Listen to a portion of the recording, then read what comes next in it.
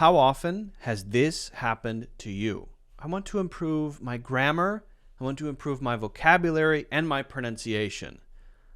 But I don't really want to right now, maybe later. Because it's hard, it's not fun. We don't make ourselves do these things, work on these things, because it's hard. But there are ways to force yourself to work on these things. And that's what we're going to talk about in this video.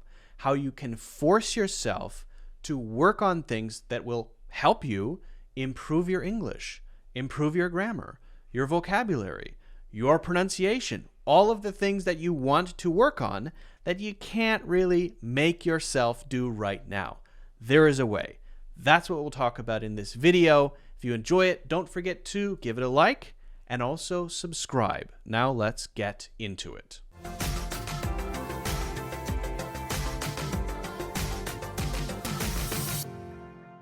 Is it ever a good idea to force yourself to do things?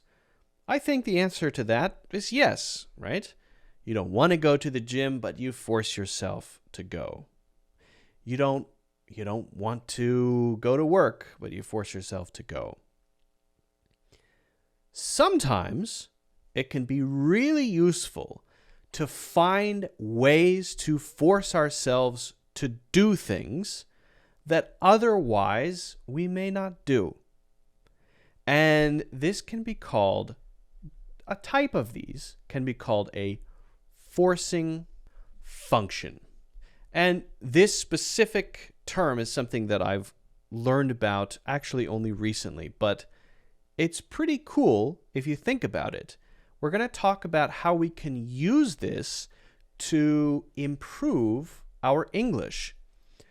Basically, what we're trying to do with this is put us in situations that will require us to do other things that we want to do, but wouldn't do unless we were in those situations.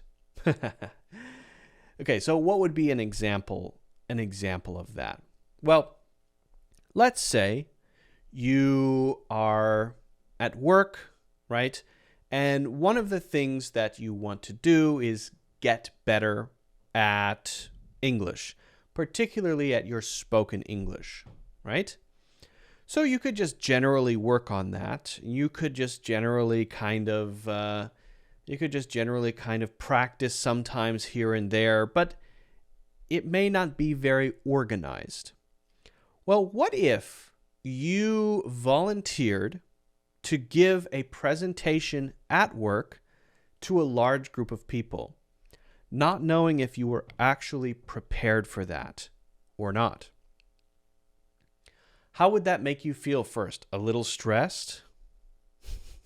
A little nervous? Is my English good enough? Who's going to be listening? Oh, the CEO is going to be there? Oh my God, what have I done? But when you do that, you then have to work on all of the things that will allow you to succeed at that. And if you don't do that, then, again, you're just kind of working on things here and there. That's what a forcing function is, right? That's basically what it is. And we're gonna look at a few other examples, but that's actually a good one. So sign up for a public presentation. And what is that going to force you to do? It's going to force you to work on maybe pronunciation. There are some words that you don't say clearly, so to practice that. On your organization skills, you may have to work on some phrases that you will need to use. You're going to have to maybe record yourself doing the presentation a couple times so that you can do it smoothly. And you're going to be looking at yourself on video and giving yourself feedback. So that's actually a really good one. Now, if you don't want to do that at work, you might think about other sorts of settings that you can sign up for, get involved in, participate in, that will also push you in those same ways. And this may be if you're trying to improve your overall spoken confidence, okay? So maybe you join, for example, a book club. You join a book club. I don't know why I wrote the B like that. A book club. And in this book club, you have to read a book. Okay, so this book club forces you to every Thursday. You can do this online, right? There are a million. Don't tell me that you can't find a book club. Go to meetup.com. There are a million book clubs on Meetup, people reading and talking about books online. There are a million, okay? So sign up for a book club. It's every Thursday, and the book that everybody is reading is something that you're interested in. Maybe the book is, well, let's not say philosophy. Maybe it's a simple book club. You're just reading Harry Potter. Okay. And every week, people are getting together. Oop, not Pooter. Wrong. Every week, people are getting together online and talking about one chapter. So every week, you have to read the assigned chapter, and you're on a call with other people. Maybe they're all native English speakers. How do you feel? A little nervous? Great. You're pushing yourself to talk and share opinions in front of them. You've had to read very carefully. So you're forcing yourself to read, and then that's allowing you to learn new words, to maybe take notes, to learn grammar and sentence structures, to learn idioms, to improve your listening skills because other people are talking in the book club, to have to maybe understand, I don't know, native spoken humor, right? Jokes, understanding jokes and cultural references. So there are all kinds of things that you will get by just doing that one action of signing up for a book club. That one little thing that you can do forces you to do so many other things. Again, those other things being things that you wouldn't otherwise do. Yeah, you might say, oh, I'd like to read more, I'd like to learn more idioms, I'd like to learn more vocabulary, but let's be honest, you're not going to do that by yourself. So what you do instead is sign up for things that force you to do that. But this is not the only type of forcing function. So I want to be clear that this is a good one, signing up for specific things, because it holds you accountable. It makes you have to do things because there's something coming up, or there's something every week, or you have to do a big presentation or whatever, right? But not the only type. Another type, and I think this is a great one, is a more general activity. For example, and I think this is the perfect example, travel. Travel. Now, even if you're not traveling to a native English-speaking country, travel is great because it's forcing you to communicate with people to get stuff done. So here you have to accomplish things in order to go somewhere, to buy something to eat, for example. And even if it's not a native English-speaking country, the international language for travel, especially within tourism, is generally English, right? So if you go to China, or if you go to Canada, or if you go to places in the Middle East, if you go to all sorts of places around the world, travelers who go there generally have to speak English, and people who are in the tourism industry generally speak some English, because that's just the common international language, right? If your native language is French, you can't necessarily expect the person in China to speak French. So what are you going to speak? Chinese? Well, if you don't know any Chinese, it's probably going to be English. And if they work in tourism at a hotel, for example, they're probably going to speak good enough English. And so it's English. So, okay, you're forcing yourself to check into your hotel room. You're forcing yourself to go out to eat and order stuff.